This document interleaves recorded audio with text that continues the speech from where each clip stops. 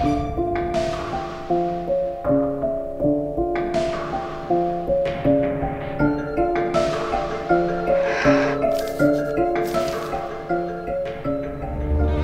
years naman na ang nakaraan. Hindi na uubra ang mga ebidensya niyang walang kakwenta-kwenta.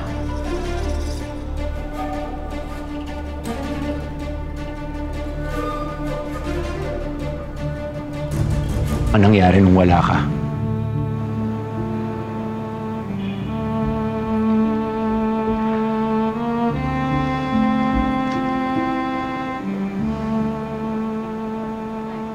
Kita tayo sa address na to bukas. May papakita ko sa'yo.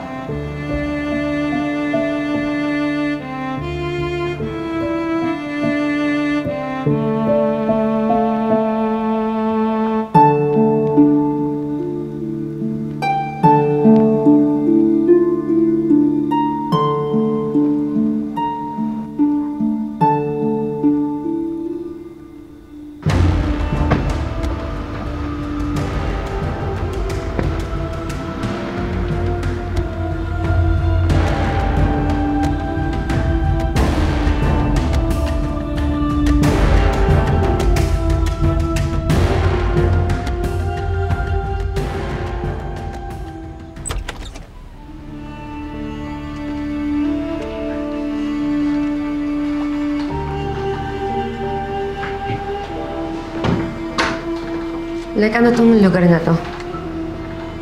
Ito ang Excelsior Genesis. Bagong paggamutan ng mga tera. Pero onti pa lang nakakasubok na ito. Eh, si Aling Belen, ano nangyayari sa kanya? Alex!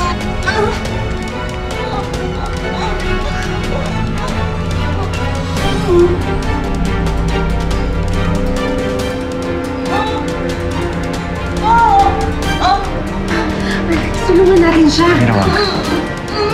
Alam mo yun yung gagawin sa kanya.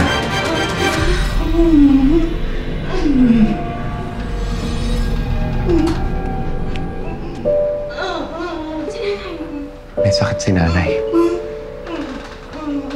Bigla na lang siya nanghina. Hanggang sa... hindi na siya nakaupo. Tapos ngayon, nag-umpisa na rin siya mag-convulsion.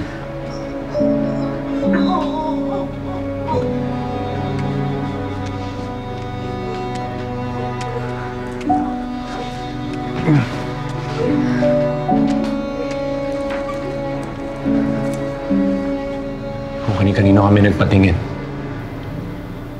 Pero walang nakatulong sa amin. Hanggang sa nagpunta kami rito. Tinutulungan kayo ng Excelsior. Mira, libre kasi ang pagpapagamot dito ng mga empleyado. Pati ng mga pamilya namin. Kaya nung nagretiro si tatay, nagtrabaho na ako dito. Nung una, ayaw pa nga ni nanay.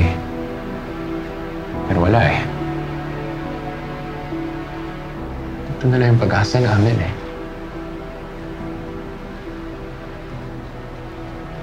Kaya yun, awa ng Diyos, pumayag na rin siya.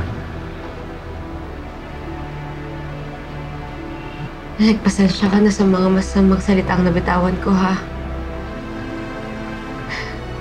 Sana patuloy yung paggaling ni Aling Belen.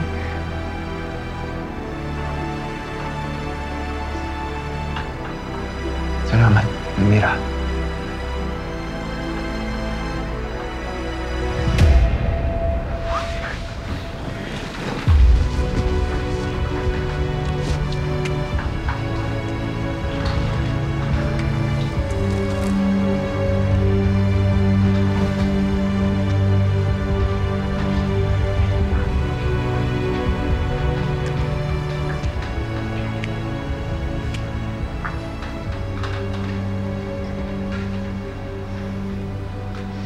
Everything's going to be alright.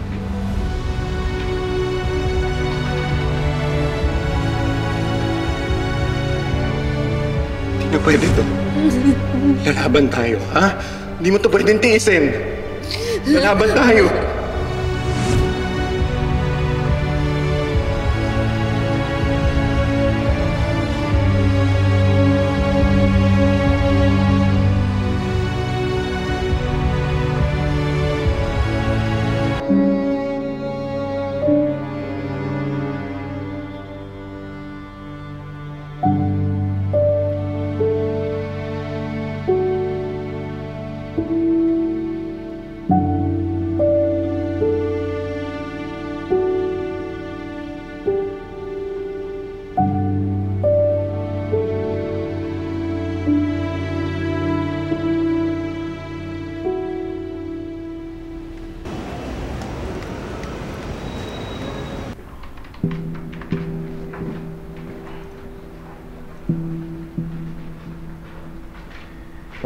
Nerio, hindi ka pa ba uwi? Anong oras na? Mauna ka na, Ventanilla. Teka, May sinesearch lang ako dito sa Philippine Bureau of Investigation database natin. ano ba yung sinesearch mo? Yung kumupkup sa kapatid ko 6 years ago. This year lang daw namatay, pero wala naman akong mahanap na record. Ano yung totoong pangalan niya? Yun ang alam ko eh. Sige, subukan natin kay Liz si Dan. Dan na ako. Oh, yan oh. Teka, paano ba dinadouble check yung sinabi ng kapatid mo? Di ba dapat nga maging masaya ka dahil bumalik na siya? Iba ang kutob ko. Ay, pinagdududaan mo, no?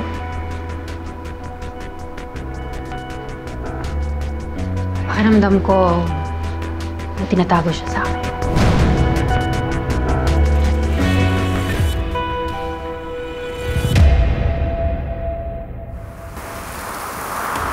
Paano to, Alex? Ano natin sasabihin kay Amiran tayo na...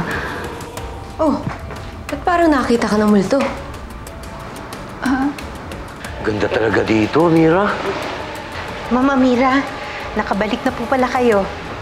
Si Magnolia ho pala. Kung may kailangan kayo, sabihin niyo lang ho sa kanya.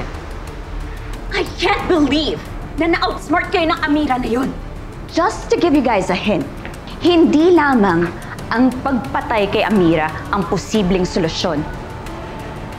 Ma'am, nakita ko na po yung target.